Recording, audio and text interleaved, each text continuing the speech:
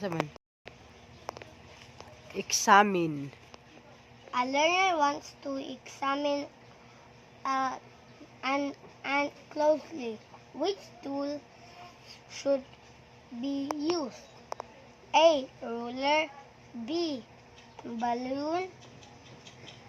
C. Hand length. D. Cardboard. Answer na.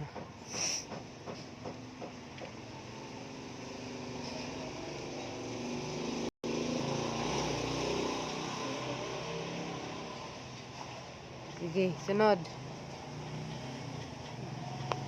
A group is making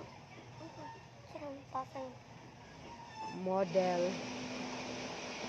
a group is making a model house.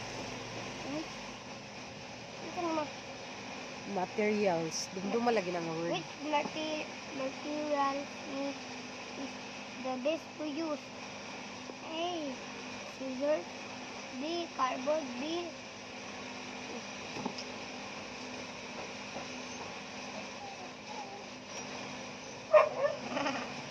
Karungag answer. Karungag, hindi ka kasabot, balik ka. B. Sige, sunod.